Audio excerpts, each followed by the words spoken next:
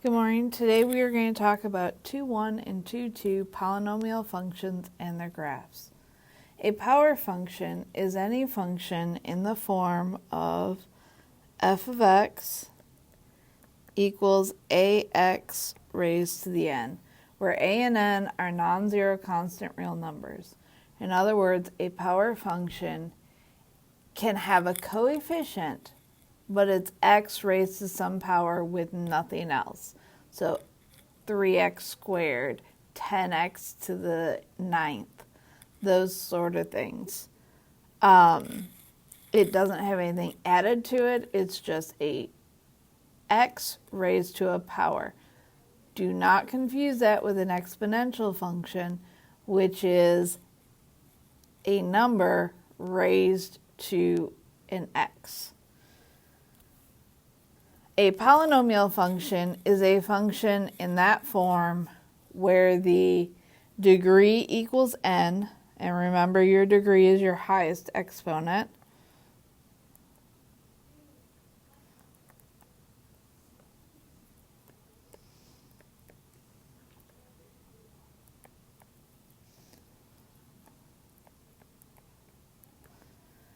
and the graph is smooth and continuous.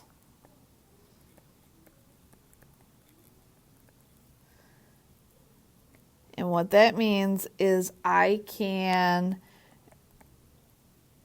trace the graph or draw the graph without having to lift my pencil back up. Okay, there's no holes, there's no jumps. It's just from start to finish, I could do it with one line. So the last thing we have to talk about when we talk about characteristics is end behavior. Now we talked a little bit about this in chapter 1, but we're going to go over it again. End behavior is a description of the y values as x becomes large in the positive and negative direction. Remember, we are now going to use limits to describe this. So your end behavior, first of all, always has two parts. So the first one is the limit as x goes to negative infinity of f of x equals something. And that something could be an infinity sign, it could be a number, it could be 0. What is it? Keep in mind that the limit and f of x, those are on the main line. X goes to negative infinity is a little subscript right below limits. And all this means is what is y doing on the left side?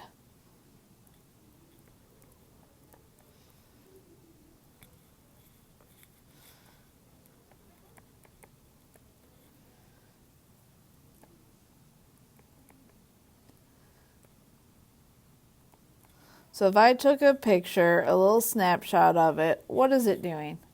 That's what I want to know. The other half of this is the limit as x goes to infinity of f of x is something. Okay? And what this means is what is y doing on the right side?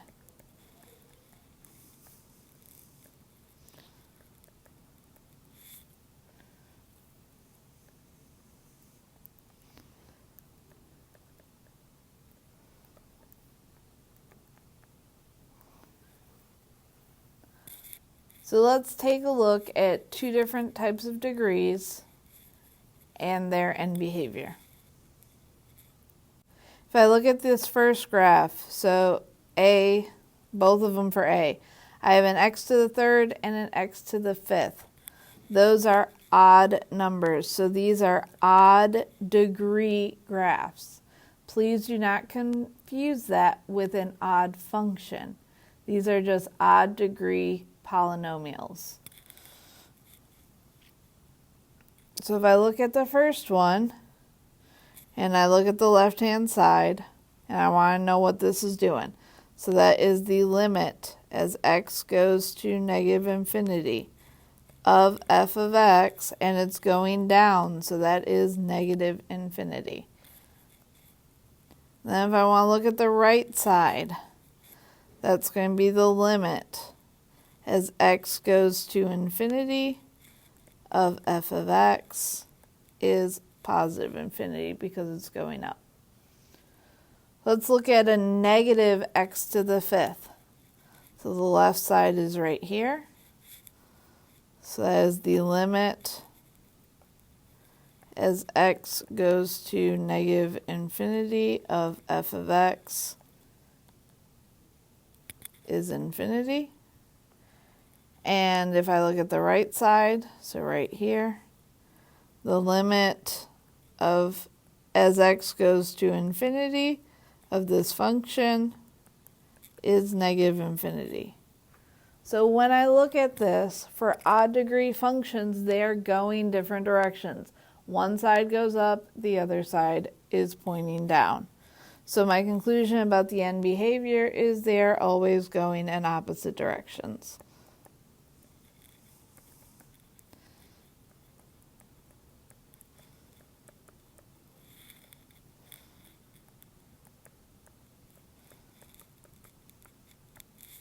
So if I look over at B, these are x to the fourth and a negative 2x to the sixth. These are even degree functions. Again, don't confuse them with even functions. That's something else. So if I look at the left side, what is it doing? So the limit as x goes to negative infinity of f of x is, it's going up, so it's positive infinity. If I look at the right side, the limit as x goes to infinity of f of x is infinity. Over to the next one. Let's look at the left side. What's it doing? So the limit as x goes to negative infinity of f of x, it's going down, so that's negative infinity. And looking at the right, the limit as x goes to infinity of f of x is negative infinity because, again, it's going down. You'll notice both these graphs for even functions are either both up or both down, but they're going in the same direction.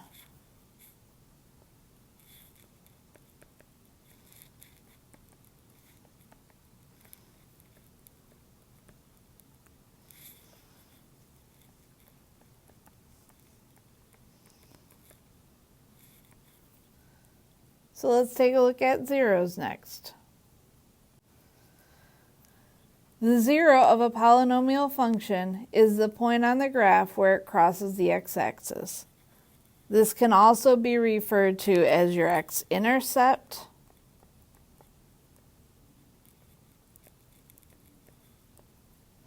or a solution.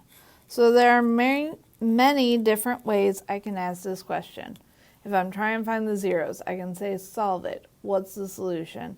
I can say where does it cross the x-axis? What is the x-intercepts for the function? They all mean the exact same thing. If c is a zero of a polynomial function p of x, then the following is true. X equals c is a solution that makes p of x equals 0. Okay, it's the zero of the function, it's a solution. X minus c then would be a factor of p of x. Remember, your degree of the polynomial is the total number of zeros.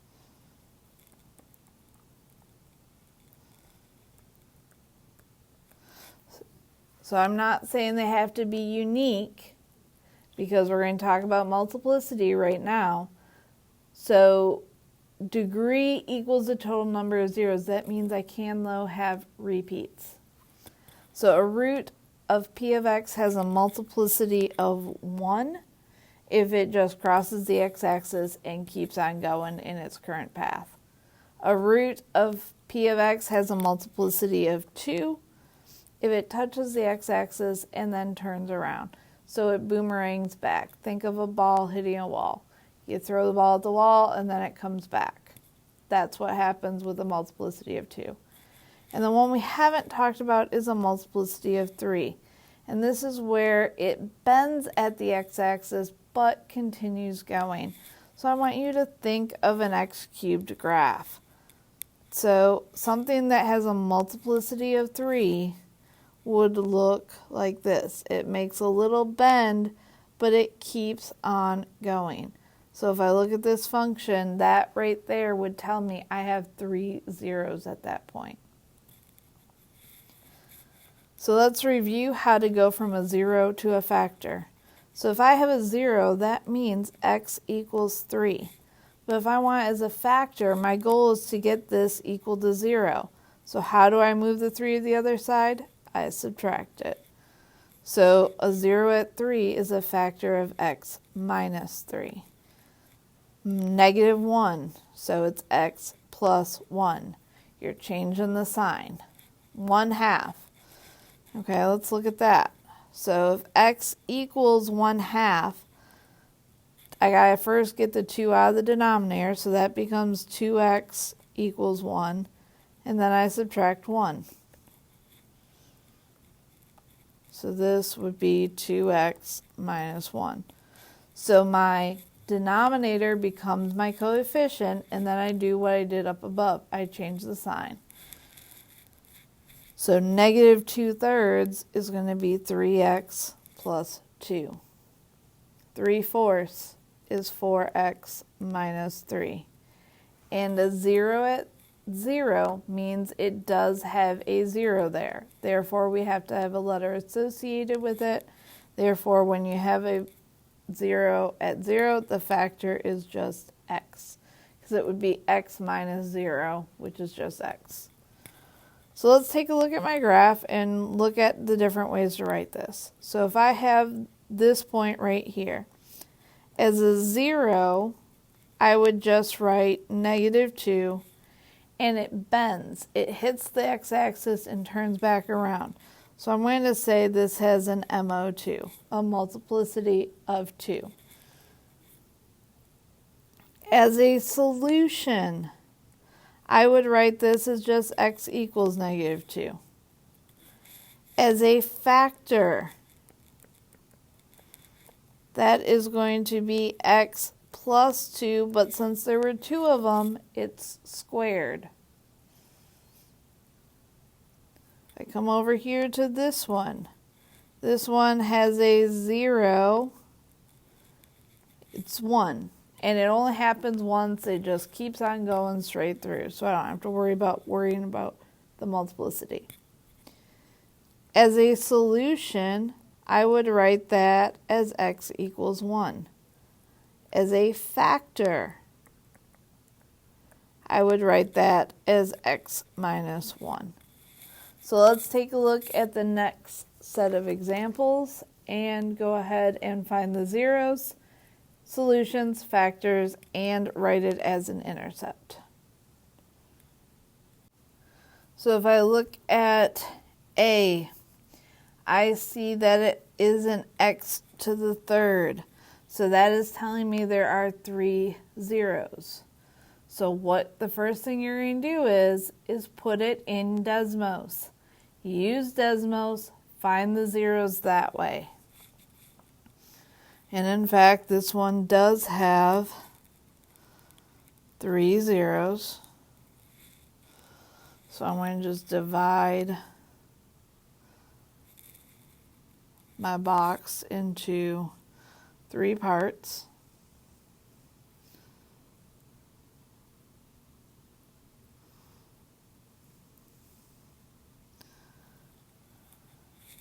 So my first 0 is at negative 3.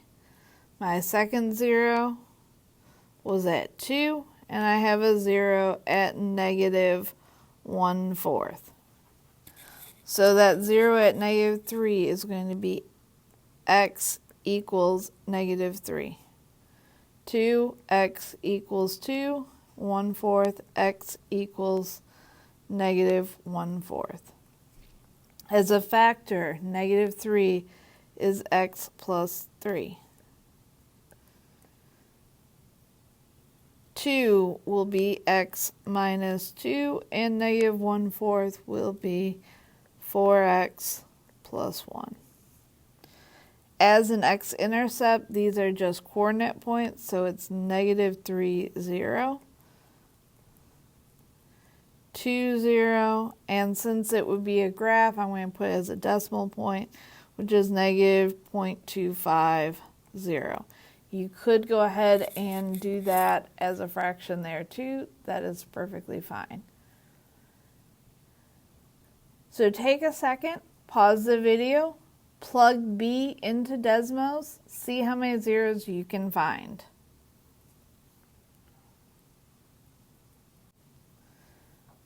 So you should have been able to find 3 unique zeros. The first one happens at negative 4, but there are 2 of them there, so I'm going to put MO2 after it. Third one is at 0, and the last one is at 5/2. Again, that's 2.5. So if I come over here, I could put 2.5 comma 0. But we need it in fraction form in order to do the factors. So for solutions, we just put an x in front of them. So x equals negative 4, x equals 0, x equals 5/2. When it comes to solutions, the multiplicity does not matter. My factors are going to be x plus 4 squared, x, and 2x minus 5. And your intercepts, again, are just your coordinate points. So negative 4, 0, 0, 0, and then the other one I already have. So for example 3, we're going to go from this to this. And we're going to do that with multiplication. So first thing I do, when I look at A, I'm going to write those as factors.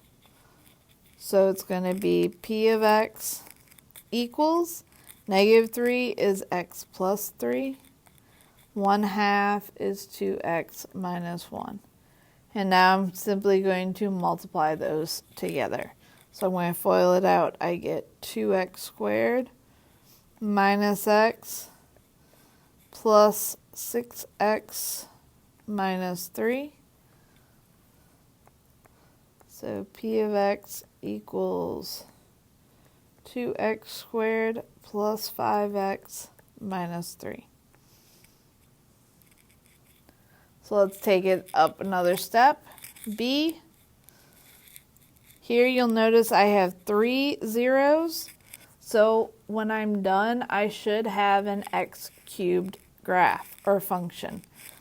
So negative 2/3 happens twice. So that will be 3x plus 2 squared.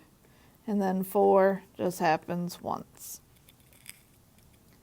First thing I'm going to do, I'm going to go ahead and FOIL this out using my shortcut method. So that gets me 9x squared plus 12x plus 4. Again, if you can't remember or don't understand how to do that, write it twice, FOIL it out, that's fine. And the x minus 4 comes on down. Now I'm going to go ahead and distribute these together. So I'm just going to multiply again. I get 9x to the 3rd minus 36x squared plus 12x squared minus 48x plus 4x minus 16.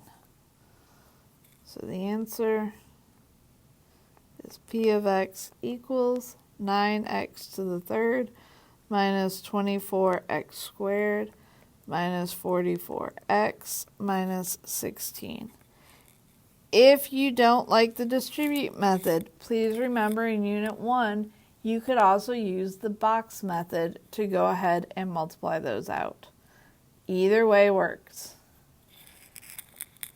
So finally, looking at C, you'll notice I have 4 zeros, so my final answer should be an x to the 4th. So I'm going to go ahead and write this out. P of x, a 0 at 0 is just x. Next one is x plus 2 squared. And this is going to be 4x minus 3. In the next step, I'm going to go ahead first of all and take care of this squared. So that is just x squared plus 4x plus 4.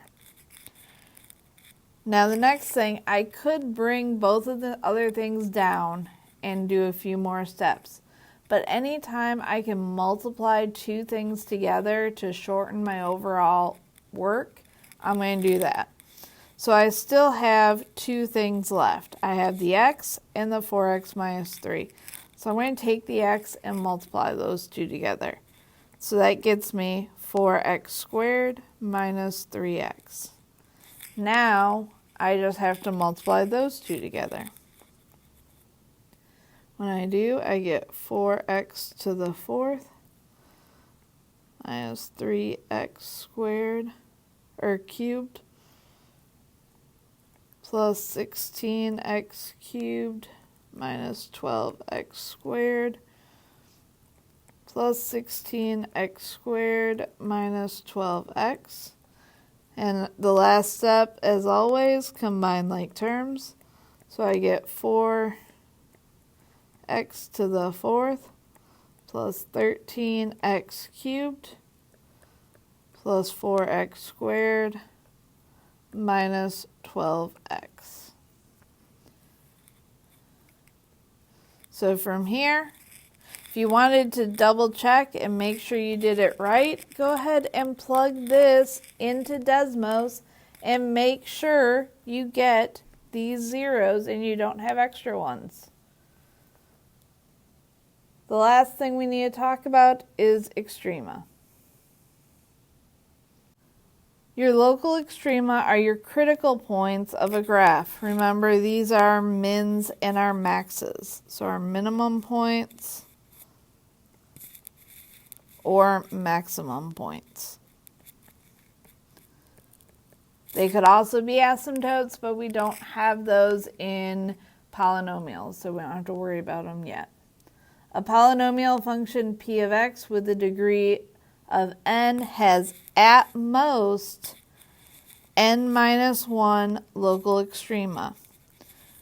Does it have to have that many? No, but that is going to be at most. So make sure you know this rule. It comes up on your test and quiz, so make sure you understand it. So if I look at 4a, first of all, the degree, it is 4.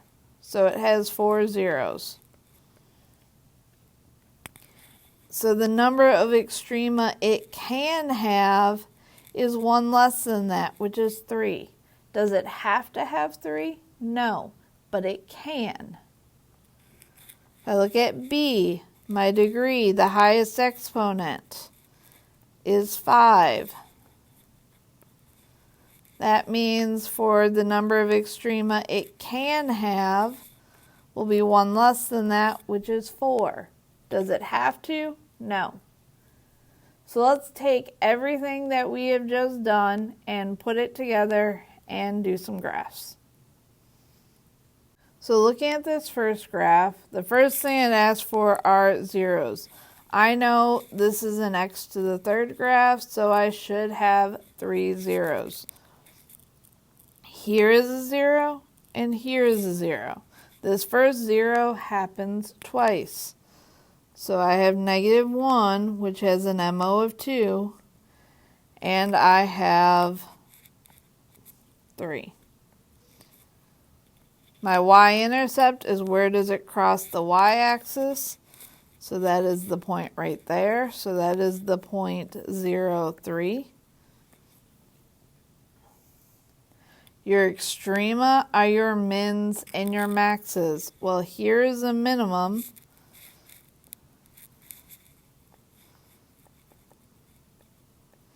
And so that is the point -1, 0. And here is a maximum. Now, that is a decimal. So what I would do is plug this equation into Desmos so you can find that information to the nearest tenth. So my maximum, when I plug it into Desmos, is 1.7, 9.5. And the last thing I need to do is take my factor zeros and turn them into factors. So -1 was x plus 1 squared. 3 is x minus 3. Looking at the end behavior, what is doing on the left? So that is up here. And what's it doing on the right? So on the left, the limit as x goes to -infinity of p of x is infinity. And the limit as x goes to infinity of p of x is -infinity. So what you're going to do today is we are going to do this from the start. So first things first, I want you to take this equation and plug it into Desmos. So when I plug it into Desmos, you will see I am missing some parts. I have a maximum up there. I'm not sure where it is. I have given you the scale on your paper. So to resize your computer screen to look like your paper, you click the wrench. And looking at the paper I gave you, it's from your x-axis is -5 to 5 by 1s. Your y-axis is -16 to 6. It's actually 18. -18 to 18, and we counted by 2s.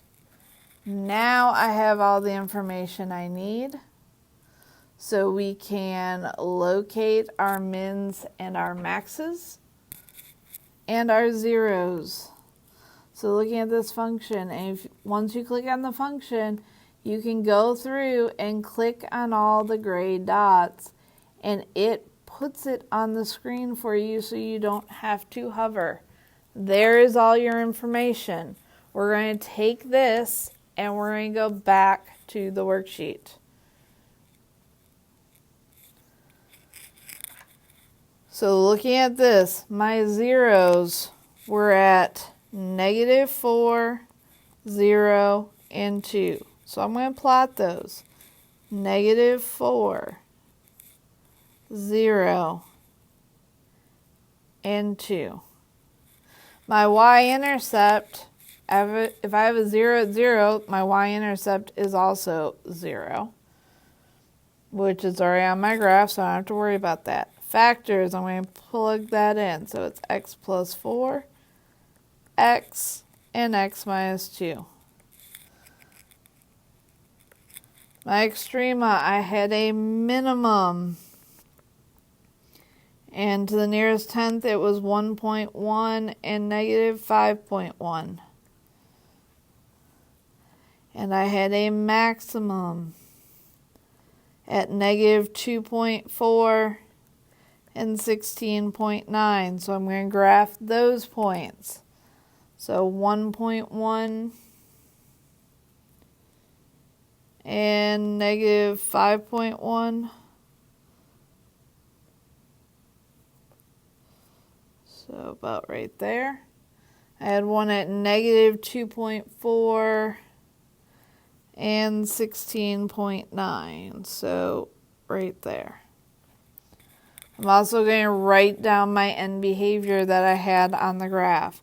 So the limit as x went to negative infinity of p of x was negative infinity.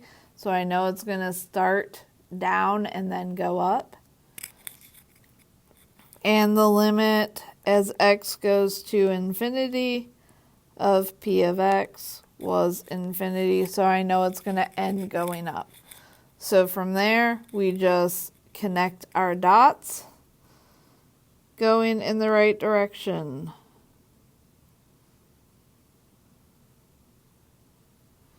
And there is your graph. You don't have to be more specific than that. You don't have to put extra points on. As long as you plot your zeros, your mins, your maxes, and your intercepts. Take a second, pause the video, plug in C into Desmos. So here is C. Again, notice I need to resize my window. So looking at my paper, my x-axis is fine. My y-axis goes from negative 60 to 40, and those were in step size of 10. Once I do that, I go back to the equation and then click on all the gray points so it brings it up and I have all my information I need. So from here, let's go back to the worksheet and put the information on there. So I had 3 distinct zeros, which means one of them had to have a multiplicity. So I have negative 3/2. I had 4, and I had 2, which was the one that has an MO2. So negative 3/2, that's negative 1.5. 2 and 4. I have a y-intercept of 0, negative 48. So that's about right there. My factors, I'm just going to rewrite it. So that is 2x plus 3, x minus 4, and x minus 2 squared. My extrema, for my mins, I had 2 of them. So I had negative 0.5 and negative 56.3. And 3.4 and negative 11.5. And then I had one maximum, which also was a 0. So it's already on my graph. I don't have to plot more. And that is 2, 0. So let's plot those minimums. So negative 0.5 and negative 56.3. And then 3.4 and negative 11.5. Last thing is my end behavior. So the limit as x goes to negative infinity of p of x was infinity. So that means it's going to start from up top and go down. And then the limit as x goes to infinity of p of x was infinity as well. So it's going to end going up. So we are going to just connect our dots.